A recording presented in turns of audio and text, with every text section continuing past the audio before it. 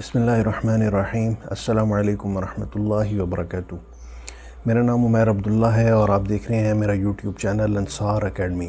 तो आज एक भाई ने बड़ा अहम सवाल पूछा है, तो चलें सीधा सवाल की तरफ चलते हैं। भाई सवाल ये पूछते हैं कि लोग दांतों में कीड़ा लग जाने की वजह से दांतों का ट्रीटमेंट करवाते हैं, उसमें फिलिंग करवाते हैं, या बाद लोगों के दांत टेढ़े हो जाते हैं जिसकी वजह से वो ब्रेसेस वायर्स अपने दांतों में लगवाते हैं, या बाज़ लोग बहुत ज़्यादा पान खाते हैं जिसकी वजह से उनके दांतों के अंदर एक तहसी जम जाती है, या बाज़ लोग अपने दांत बिल्कुल भी साफ़ नहीं करते जिसकी वजह से उनके दांतों के दरमियान बहुत ज़्यादा कचरा जम जाता है, या बाज़ औक़ात ऐसे भी होता है कि मीट बीफ या खाना खाने के बाद हम वज़ू और गुस्ल करते हैं जिसकी वजह से खाने के कुछ ज़र्रात हमारे दांतों के अंदर रह जाते हैं। तो क्या इन सब चीज़ों के होते हुए वज़ू और गुस्ल सही हो जाता है या नहीं होता? तो भाई ने बड़ा अहम सवाल पूछा है। तो देखें, इसके अंदर मुख्तलिफ चीज़ें हैं, इसके सोल्यूशंस भी, इसके जवाबात भी मुख्तलिफ हैं। तो देखें, वज़ू के अंदर तो ये सब चीज़ें चल जाती हैं, किसी भी तरह का कोई मसला नहीं होता। यानी कि अगर किसी शख्स के साथ इन सब इश्यूज़ में से कोई एक या दो या तीन या सारे, वज़ू के अंदर तो किसी भी तरह का कोई मसला नहीं होगा। यानी कि अगर किसी के दांतों के अंदर थोड़ी बहुत खुराक फंसी हुई है, या वो शख्स पान बहुत ज़्यादा खाता है, या कोई शख्स दांत बिल्कुल भी साफ़ नहीं करता और उसकी वजह से उसके दांतों के अंदर कचरा वगैरह जमा हुआ है, तो उस शख्स का वज़ू हो जाएगा। इसकी वजह यह है कि वज़ू के अंदर कुल्ली करना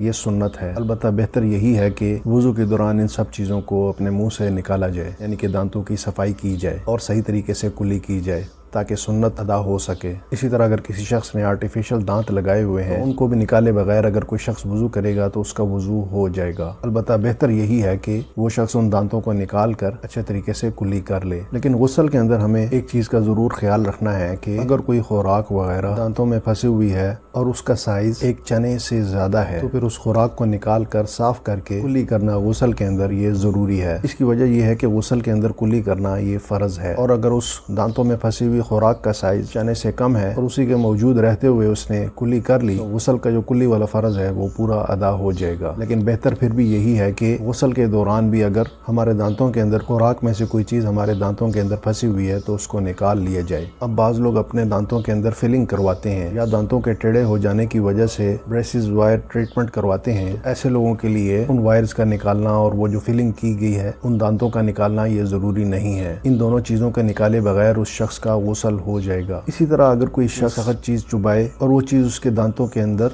फंस जाए, उस चीज़ का निकालना बहुत मुश्किल हो, तो चाहे उस चीज़ का साइज चने से बड़ा हो या छोटा हो, उस शख्स का भी गुस्ल हो जाएगा। अलबत्ता गुस्ल के अंदर कुल्ली करना ये फ़र्ज़ है, कुल्ली ज़रूर ब-ज़रूर उस शख्स को करनी पड़ेगी। उम्मीद है आपको ये वीडियो फ़ायदेमंद लगी होगी। अगर आपको ये वीडियो फ़ायदेमंद लगी है तो इस वीडियो को लाइक करें, अपने हल्का अहबाब में शेयर कर दें, चैनल को भी सब्सक्राइब कर दें ताकि फ़िक़्ह के ऐसे ही आसान और मुस्तनद मसाइल आप तक मुसलसल पहुँचते रहें। आपसे दोबारा किसी और वीडियो में मुलाकात होगी, तब तक के लिए दें इजाज़त। अपना बहुत सा ख्याल रखिएगा। अस्सलामु अलैकुम रहमतुल्लाहि व बरकातुहू।